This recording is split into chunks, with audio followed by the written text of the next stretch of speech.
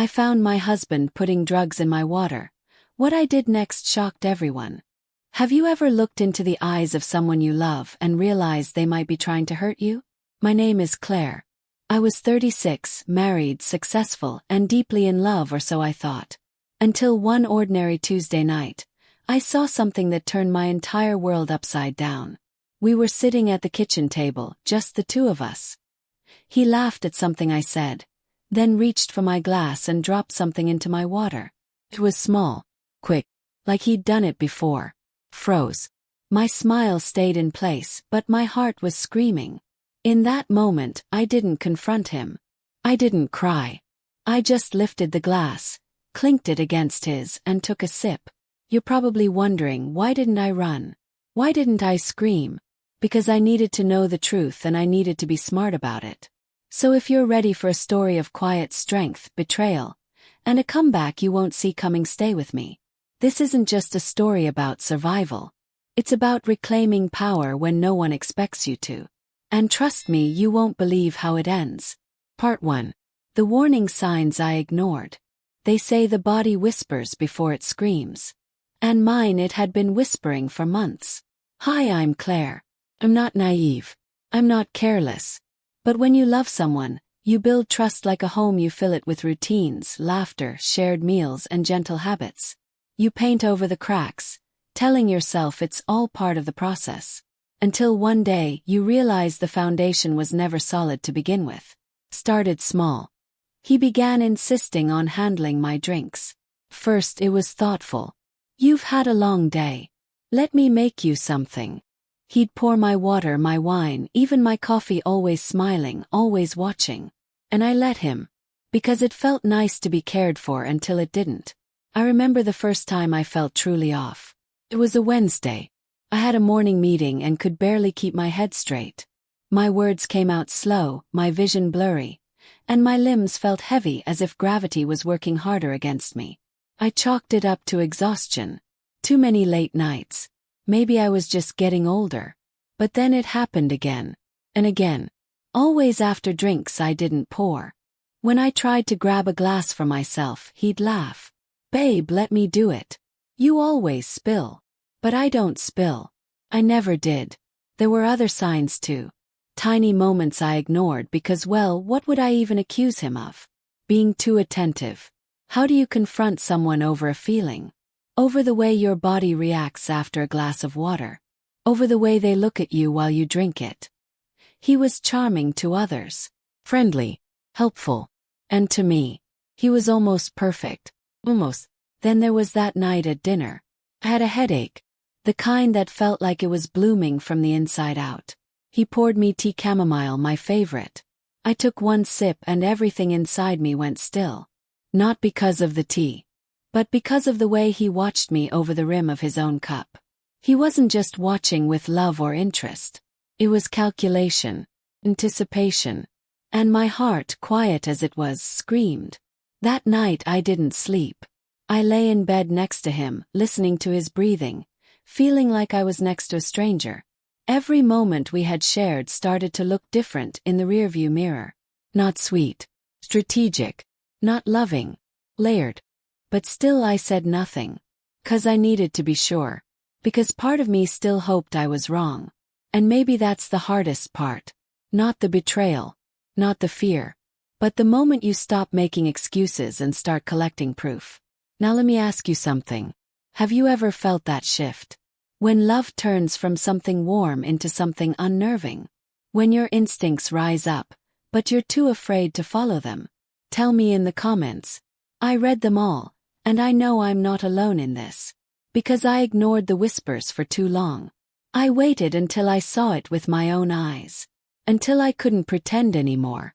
And when that moment came, the moment I saw him slipping something into my drink, I didn't scream. Smiled. And started planning. Part 2. The night I caught him. Have you ever watched the person you love most do something that made your stomach drop and had to pretend it didn't? That was me in my own kitchen. And I'll never forget the sound of the spoon clinking against the glass. It was an ordinary night. Pasta simmering on the stove. Jazz humming from the living room speaker. He was humming too. Ethan always did when he cooked.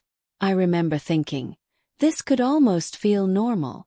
But something inside me buzzed like a warning bell just under my skin. So I moved quietly like a whisper into the hallway. I didn't make a sound. And then I saw him. He was standing over my water glass. And his hand, it moved too quickly. There was a flick of the wrist, a drop of something. He stirred gently, almost tenderly. And then he smiled. I stepped back before he noticed. My heart was hammering in my chest, but I wiped the panic off my face. Because when he called out, "Babe, dinner's ready," I smiled back and said, "Coming." And I sat down. And I took the first bite of pasta. And I thanked him for cooking. But I didn't drink the water. Faked a phone buzz. "Oh, it's my sister, I'll call her back. Mind if I grab a soda instead?" He nodded casually. Too casually. In that moment, I wasn't his wife. I was a woman on a wire, balancing between fear and strategy. Every move I made had to be precise. Because I didn't know what I was dealing with yet. Let me ask you, have you ever had to wear a mask to protect yourself? Have you ever smiled when you wanted to scream just to buy time? If you've been there, you know. And if you haven't, count yourself lucky. That night, while he was in the shower, I took the glass. I sealed it in a Ziploc. Then I took the trash out, but not before grabbing the wrapper he tossed. Something small. Tiny packet. Unlabeled. I didn't sleep. I laid there next to him, pretending to be curled up in peace. But I was wide awake, staring into the dark, counting every breath. And I whispered to myself, "You're okay. You're going to be okay." The next morning I called in sick. Then I made 2 appointments, one with a lab, one with a lawyer, because I didn't want to go to war. But I also wasn't going to be a victim. I needed evidence, support, and a plan. What would you have done? Would you have confronted him on the spot? Or would you have waited, collected facts, protected yourself, moved in silence? Let me know in the comments. I read your stories because this space, we make it safe together. That night changed everything. But not in the way he expected. He thought I was weak. He thought I'd drink the water, smile through the fog, and never notice. He underestimated the wrong woman. Because when you play with someone's life, you don't get to act surprised when she calls yours to the table. And I was about to make one phone call that would flip his perfect little world inside out. Part 3. The plan that changed everything. Have you ever had to smile at someone while quietly building the case that could destroy them? 'Cause that's exactly what I did. And let me tell you, strength doesn't always look like shouting. Sometimes it looks like silence, patience, and a plan. The morning after I saw Ethan tamper with my water, I didn't fall apart. I went out and bought a hidden camera. One of those small ones, the kind you clip under a cabinet. It was discreet. It watched quietly. Just like me. I placed it above the kitchen counter, angled perfectly toward the spot where he always made our drinks. Then I waited. That night, just like before, he offered to pour for me. And I let him. I didn't touch the glass. I thanked him, kissed his cheek, and waited until he went upstairs. Then I saved the drink in a sealed container. Labeled it with the date and time. And I replayed the footage. He did it again. And not just once. Every single day. There was no hesitation in him. No second guessing. He moved like it was muscle memory. Like he'd done this for weeks, maybe months. My hands would shake as I watched the videos. My stomach churned. But I didn't break down. I couldn't afford to. 'Cause I knew something now. This wasn't stress. This wasn't a misunderstanding. This was deliberate. It was control. It was abuse. And I was done letting it live in the shadows. Each night I collected samples. Stored them in the back of the fridge. Labeled and dated. I logged everything, what I drank, how I felt, what he said, what he didn't say. Became my secret full-time job. And then, when I had 10 days of footage, 10 samples, 10 nights of him slipping something into my cup, I made a phone call. Not to him. Not to confront him. But to someone who would listen. Lawyer. And then a friend in law enforcement. I showed them everything. The videos. The samples. The journal. They were horrified. And they told me exactly what to do next. Because here's the thing: when someone tries to erase your autonomy, your memory, your voice, you don't just fight back. You build a case so solid, so undeniable, they can never gaslight you again. Let me ask you something: if you were in my shoes, what would you have done? Would you have confronted him the moment you saw it? Or waited quietly and built the evidence? I'd love to hear your thoughts in the comments. Because these choices, they're not easy.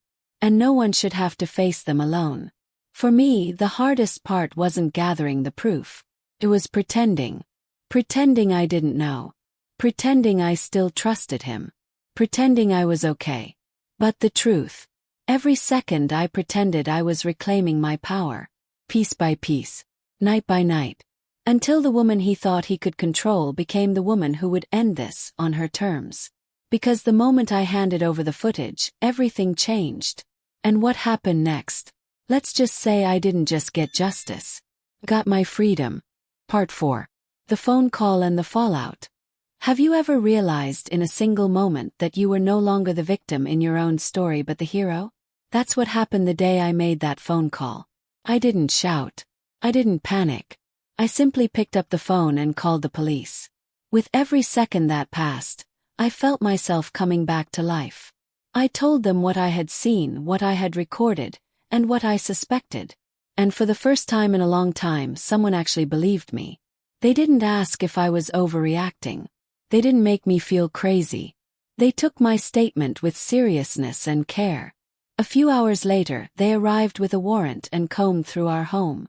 Tucked away in a drawer behind receipts and batteries, they found the crushed pills in a bottle with a fake label. I didn't even know what to feel at that moment. Relief, rage, grief. I just remember standing in the hallway as they led my husband out in handcuffs. He didn't say a word. He didn't even glance back. And I didn't flinch. The man who once looked me in the eye and told me I was too emotional, the same man who smirked every time I questioned my own memory, he was now the one silenced by proof. When the trial began, I had to sit through hours of video evidence and hear words I wish I could forget. My heart broke each time they replayed the footage, watching his hands stir my drink while smiling at me like nothing was wrong. But I stayed calm. I told the truth. I looked the jury in the eye and explained what it's like to live in fear inside your own home. Not the fear that comes with yelling or hitting, but the quiet kind. The kind that makes you doubt your sanity. That makes you question if your body is betraying you, when really it's warning you. That courtroom wasn't just about justice. It was my closure. He was found guilty. And when the judge read the verdict, I didn't cry, not because it didn't matter, but because I had cried enough already. That chapter had ended. Afterward, people asked me if I felt strong. The truth. I didn't feel strong. Felt free. I felt like I had finally stepped out of the fog and could see myself clearly for the first time in years. No more questioning. No more walking on eggshells. No more second-guessing my worth. I moved into a small apartment with light and plants and peace. I changed the locks on my life. I started attending support groups, not just to talk but to listen. I heard stories like mine. I heard worse. And I realized just how many women live in silence, holding their breath, hoping someone will notice. So I made it my mission to be that someone. If you're reading this and your gut is telling you something's wrong, listen. Trust the whisper before it becomes a scream. You're not imagining it. You're not exaggerating. And you are never, ever alone. I know it's scary. I know how much it hurts. But you are stronger than the silence. And the moment you decide to take back your power, no one, not even the person who tried to break you, can stop you. This wasn't a story of revenge. It was a story of awakening. I didn't call the police to destroy him. I called because I was done letting fear write my story. And that choice, the one made in a quiet voice over a phone, was the moment I began to reclaim everything. Because healing doesn't always roar. Sometimes it's one decision, call, and a quiet promise to never let anyone dim your light again. This story isn't just about what he did. It's about what I did when I found out. To anyone watching this, if something feels off, you are not crazy. You are not weak. You are worthy of safety, of truth, of peace. If this story meant something to you, please leave a comment, share your thoughts, and subscribe to My Family Tragedy. We tell the stories most people are too afraid to say out loud. Maybe next time we'll be telling yours.